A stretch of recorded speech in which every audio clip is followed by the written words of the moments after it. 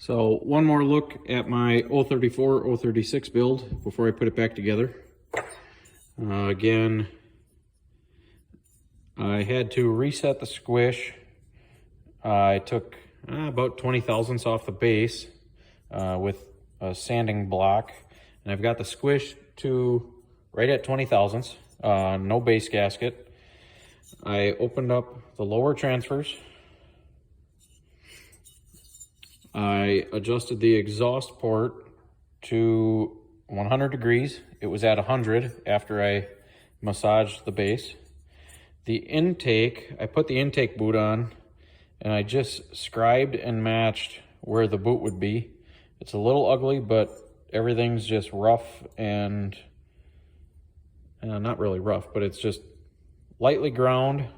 I went a little wider on the intake just to open it up a little bit, and then the exhaust as well. I scribed on the piston, and then I went just a tick wider on the exhaust. So a little bit of a D shape up on top of the exhaust port. So see how she works. The piston, I opened up the windows a little bit, kind of right here where my thumb is. I kind of took off some of the sharper edges, and then I ground away a little bit. I don't know, maybe that'll help. Didn't really do anything else to it, so piston should be good to go.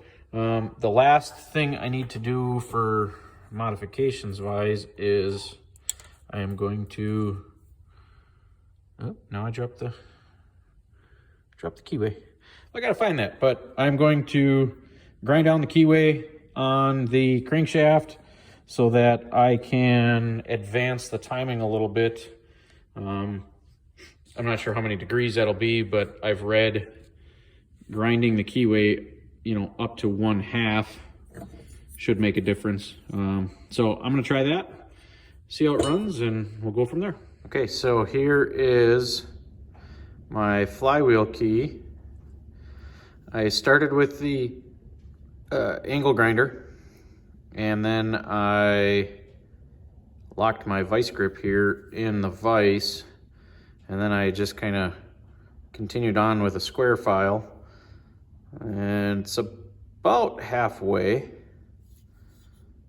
I could have measured how many thousandths I took off, but that is going to be the amount of timing advance that I'm going to try out on this saw. And then I just wanted to show, with the keyway installed, if you're curious on how much movement that gives the flywheel, that is the amount now, right there, of advance that the flywheel will be torqued on with. So I'm sure that accounts for plenty of degrees of timing advance. So it's a little more substantial than I thought.